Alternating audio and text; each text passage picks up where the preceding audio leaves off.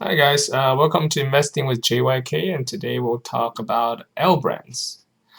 So, this company has had a wow, check these out, had a crap time. So if you look at their um, 10 years, it's gone from about 97, about $100, something like that, down to 33. So 67% down, almost two-thirds down. So what does it do? It basically is two brands. It's got Victoria's Secret, which kind of includes pink, and the other one is Bed Bath and Beyond. Now, um, their revenue actually. Let's look at it. Yeah, so these are the stuff that they have. They just have Victoria's Secret and sorry, not Bed Bath. I'm crazy. Bath Body Works. Ugh. Anyway, those two brands and uh, Victoria's Secret basically just sells I think it's called lingerie.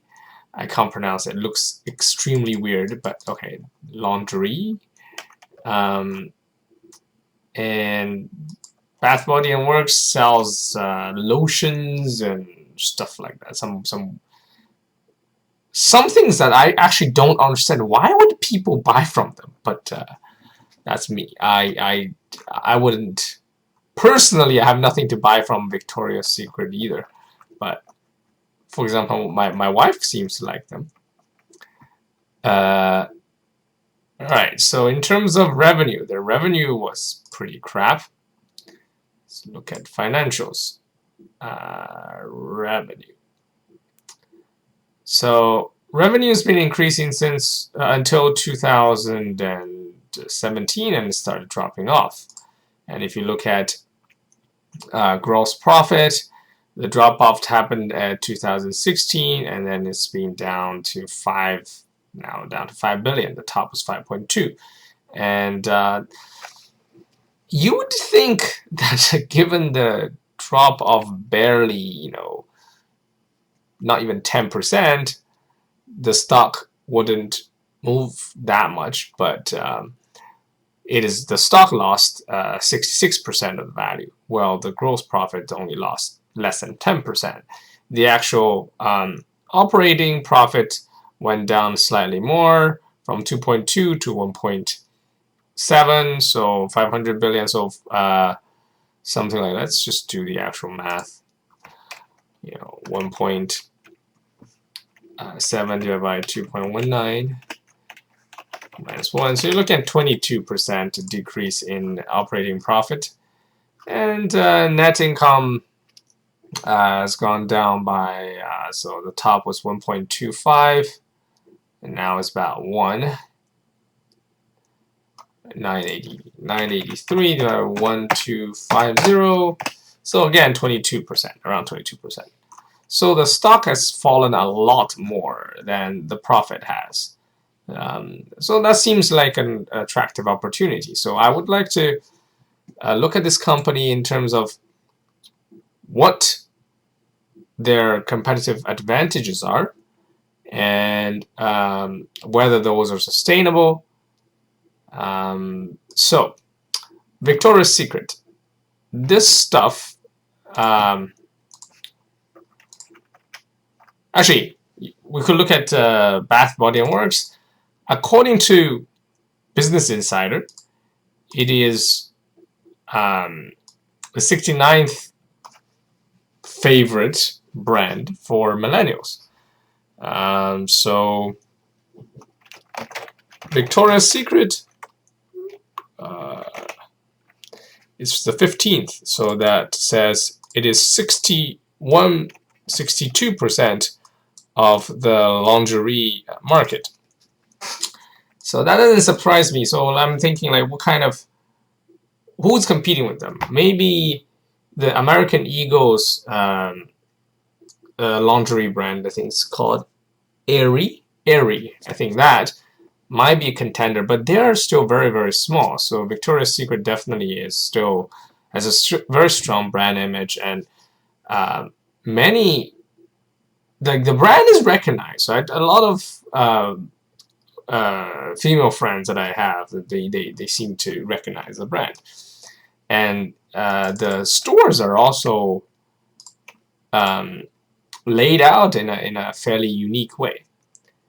So I actually went to different malls in the country. So here's two examples. Her two examples I got. I mean, this is December last year, December 16th in Austin, Texas. You can see they're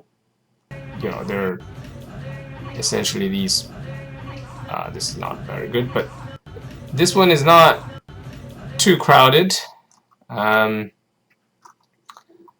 if you look at, say, Loft, that is also. I don't know why these stop playing the motion here. See, this is fairly empty. You got like 2 people there. Here's Bed Bath and Beyond. I don't know if these are employees or actual customers, but it seems to be a lot of people. But obviously, this is close to the holiday season, so there might be skewed. And you can see that Ann Taylor is basically empty. So you can see clearly there are a lot. And Sears, I mean, this picture probably shows a better. It looks better than it actually is, but when I was there, it was just deserted. Old Navy has a lot of people, and remember their Dillard's was fairly empty, but they had some people. And here we go, Victoria's Secret Pink. You can see a lot of heads, and Victoria's Secret has lots of heads. Well, these are pictures, but lots of heads, lots of people. Macy's again, emptiness. So you see that Victoria's Secret, even at last year, they were doing much better than many other stores. So this one is in Chicago in October 29th. No, I did not go there to shop. I typically don't buy anything. I wear stuff from 10 years ago, so I don't buy anything. I just go to these places to check out how the retail sector is doing. This is Nordstrom. Some people, you can see, some people, faces. And then let's go down a bit. Whatever this store is nobody. And let's see if I can find. I think this is Forever 21. Yeah, this is Forever 21. You can see there are quite a few people actually around. And this is very close to the closing time for Chicago's mall. I don't remember. Actually, I don't have any. I don't have pictures for Victoria's Secret. That was a fail. Prada. Okay, but what I try to say is, based on my travels and then on the malls that I've visited, I got the overall impression that Victoria's Secret seemed to always have a decent amount of shoppers in the store whenever I go.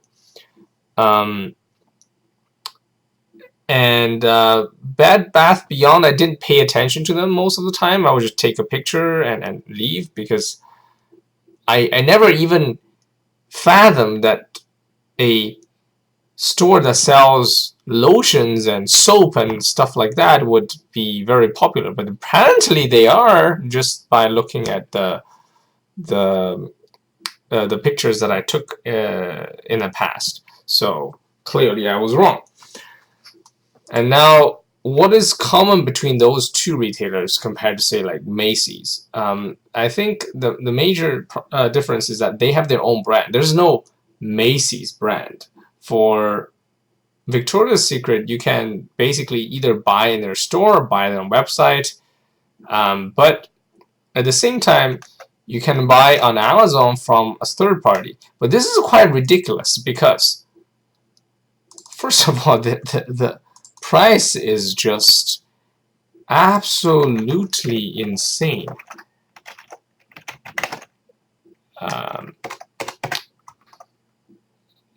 So let's see. Okay, go away. I need the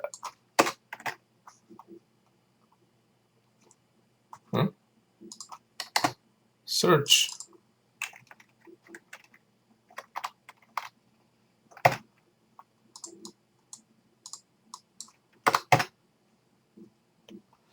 Do they have the pants? Pants?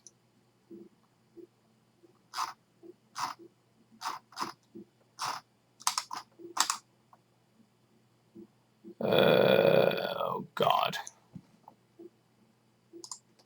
These?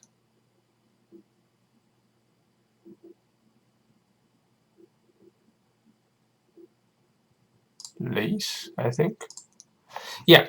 So this is very similar. Look at this one. Right? This is actually very similar to this.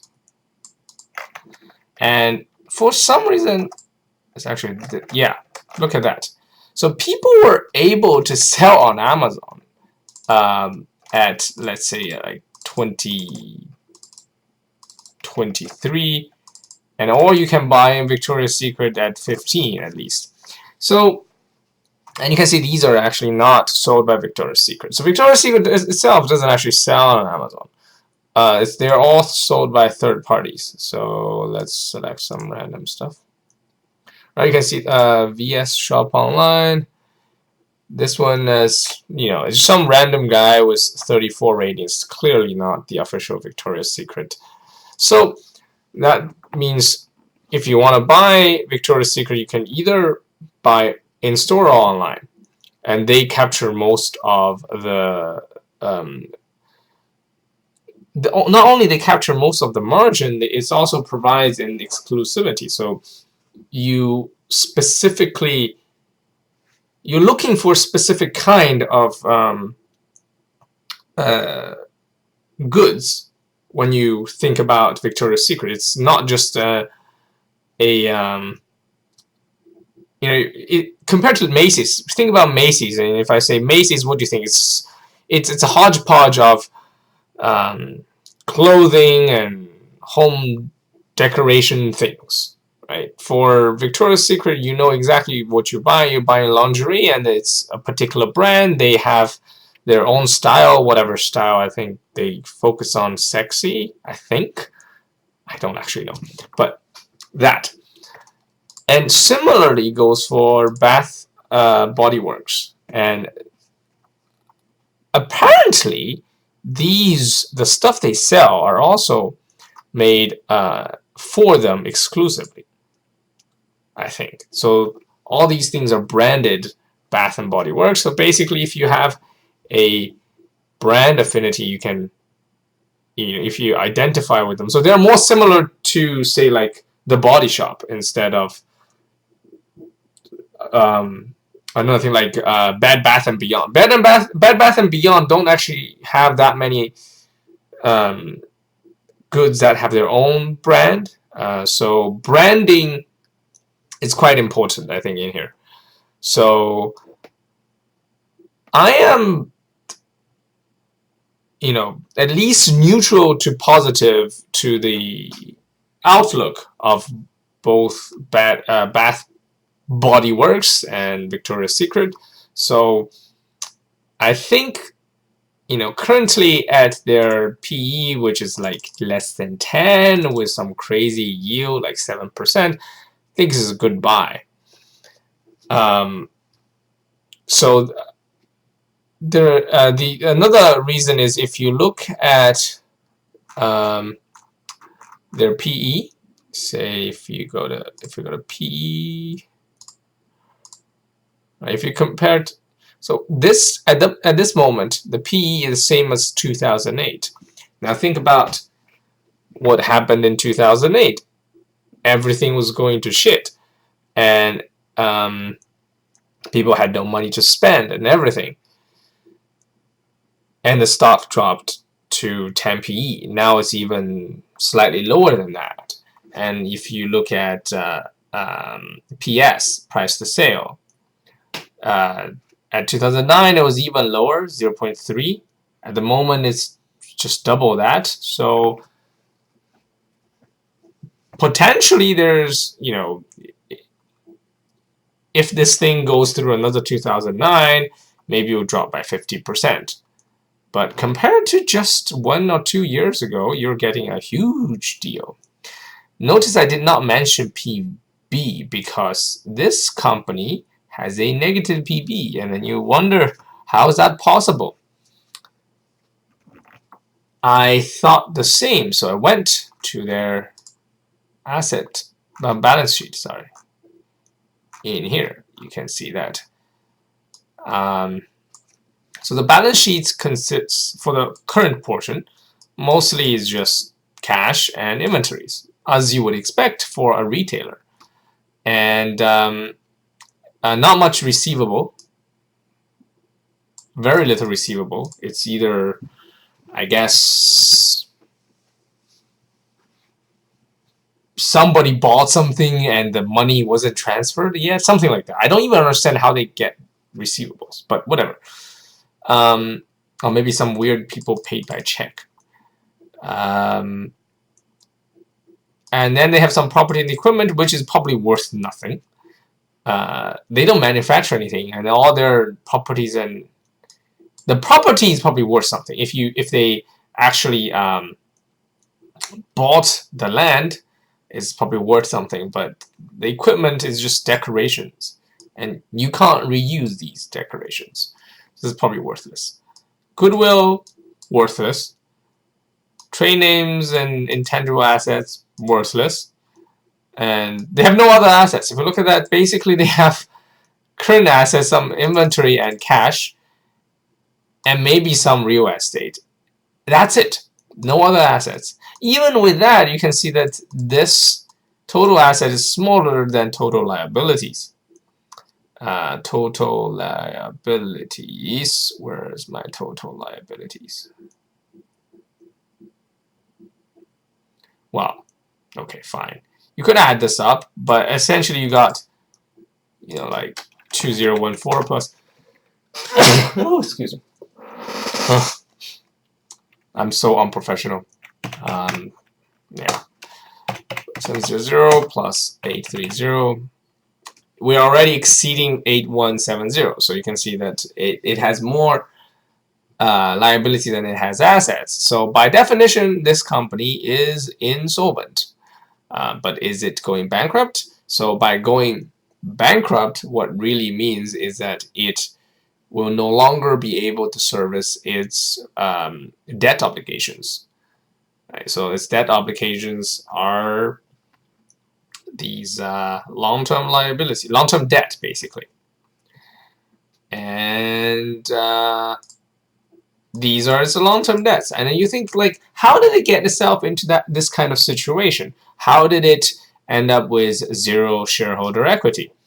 I think, you know, that's my understanding, is that they just bought back a bunch of shares, and they kept on issuing.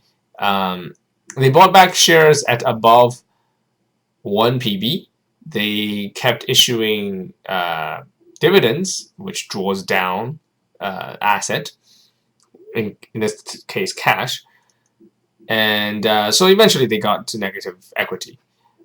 That doesn't mean they will go bankrupt. So as another example, there's the Russian gold mining company that I still like very much, Polyus Gold. that thing has negative equity as well. They bought back a bunch of shares in 2016 and turned their equity to negative. So in this case, you can't really look at PB, and you mostly have to look at enterprise value in this case, and then you in this case EBIT to enterprise value might be also very useful as a measuring stick. Right. So let's look at whether they will go bankrupt. They have some senior unsecured debt and senior, well, basically these are all senior unsecured debts. They don't have secured debts, which is quite interesting. But I guess they have nothing to secure against. They have no asset. How do you secure anything against it? All right. So let's look at the maturity date. They got this guy maturing in 2019. They kind of just redeemed that and renewed it for 2028. And the next one is 2020. They probably will redeem this and renew that. And then the other important thing to watch is when you renew it, how does the interest rate look like? You can see the interest rate actually went down. And so that's a good sign. People are willing to lend them money. So what they're doing is just they keep borrowing new debt to pay off old debt. The two, you got a small one in 2020. You got a 1 billion, so a slightly bigger one in 2021. These are all fixed interest rates, so very prudent, I would say. And 2022, another billion. 2023, 500 million. So about $1 billion a year they have to pay back, right? So if they can roll that debt over, obviously that's fine. But what if they cannot? That is when we need to look at their operating income. So, look at their cash flow, operating cash flow. So, right. So here's where we need to look.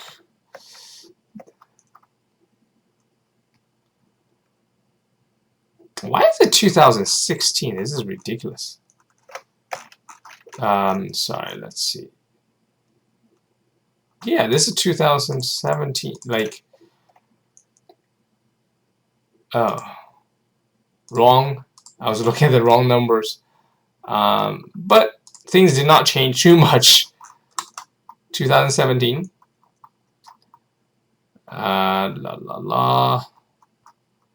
Should be somewhere here.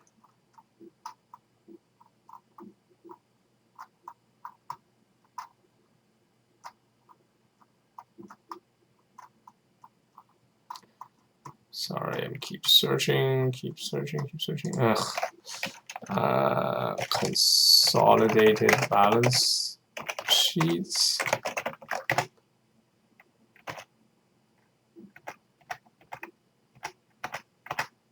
Here.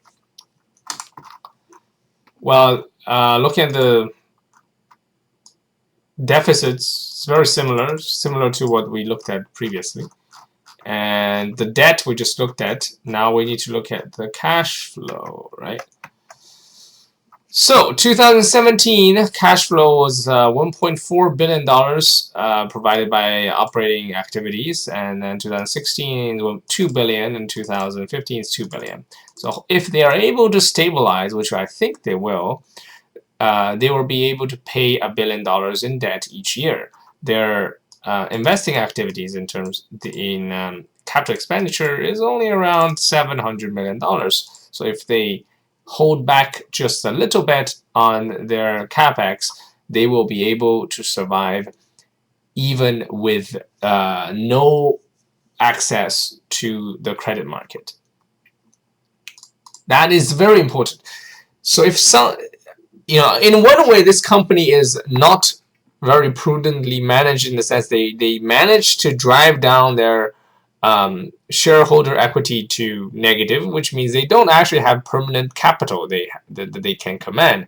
They constantly have to have positive cash flow from operations just to keep the doors open whenever the capital market closes its doors. When people don't want to lend, how does this company survive? They need the operating cash flows in order to keep afloat. So that is a danger in investing in this company. But they're at the moment, looking at their numbers, the operating cash flow is very, very healthy, and they definitely have some room to cut back on capex in the tight years, right? They only need to cut back, say, $300, $200 million, and given the current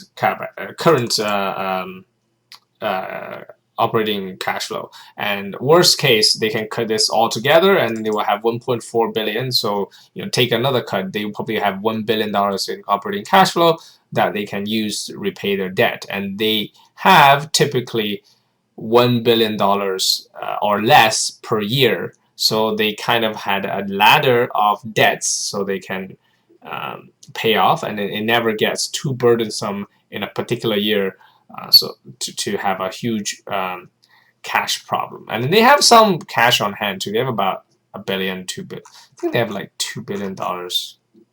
Yeah, $1.5 billion in cash in hand. So add those up, you have $3 billion in a year, basically. And look at how they spent their money. First of all, they issue some debts. As you see, they basically roll over. So they pay some off, and then they issue some new debt. They pay off some long-term debt, and then they will borrow some stuff and pay off their foreign stuff, pay some dividend, and the dividend actually got much smaller compared to 2016. One, they had a dividend cut, I think. Let's actually check before I speak bullshit.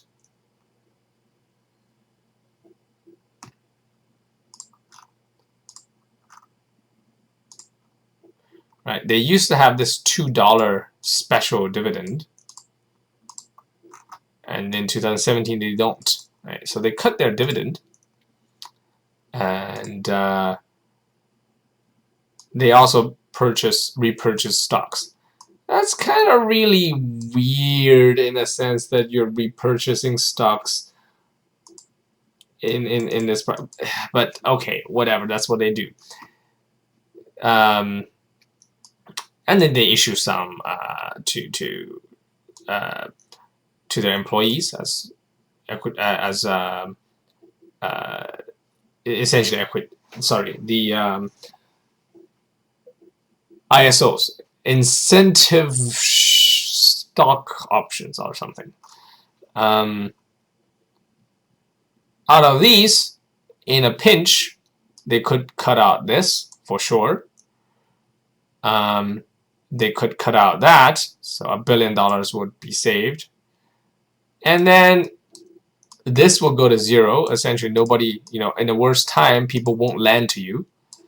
And this will go to zero. People won't lend to you. But even with that, I can see the company essentially weather those storms and should be able to hold out for at least a few years, maybe up to 5 years, and emerge on the other side of a depression, or sorry, a recession. Depression, maybe they will die if that thing lasts 10 years, because they don't have permanent capital. It's very dangerous. Always remember, at least for me, that is very dangerous. Okay, so this is L Brands at the current price. At the current price of 33 something, I think it's a good buy. And don't. And the other thing is, I learned this the hard way. Don't buy your positions all in one go. If you wanted L Brands, or whatever, if you want to buy, say, $10,000 worth of this stuff, buy 3.3K or something, and this thing might drop another 10%, and or depend. You can set some rule. So if it goes down 10%, buy another 33%, and so on until it goes down 30%, and you buy the whole position. This is very much a falling knife kind of situation, and you never know. But at the moment, given a 7% yield, single-digit PE, reasonable brands that might do better in the future, we don't know. I think they will. And oh yeah, the other thing is they did cut out swimming recently, so that might have explained some of the revenue decreases. So when you cut swimming once, you don't cut it multiple times, so that is gone. And they recently had a positive comp, so I think the business might have turned around and will start growing again at less than 10 PE. Good brands. It seems like a deal to me. And hopefully this is useful to you, and see you next time.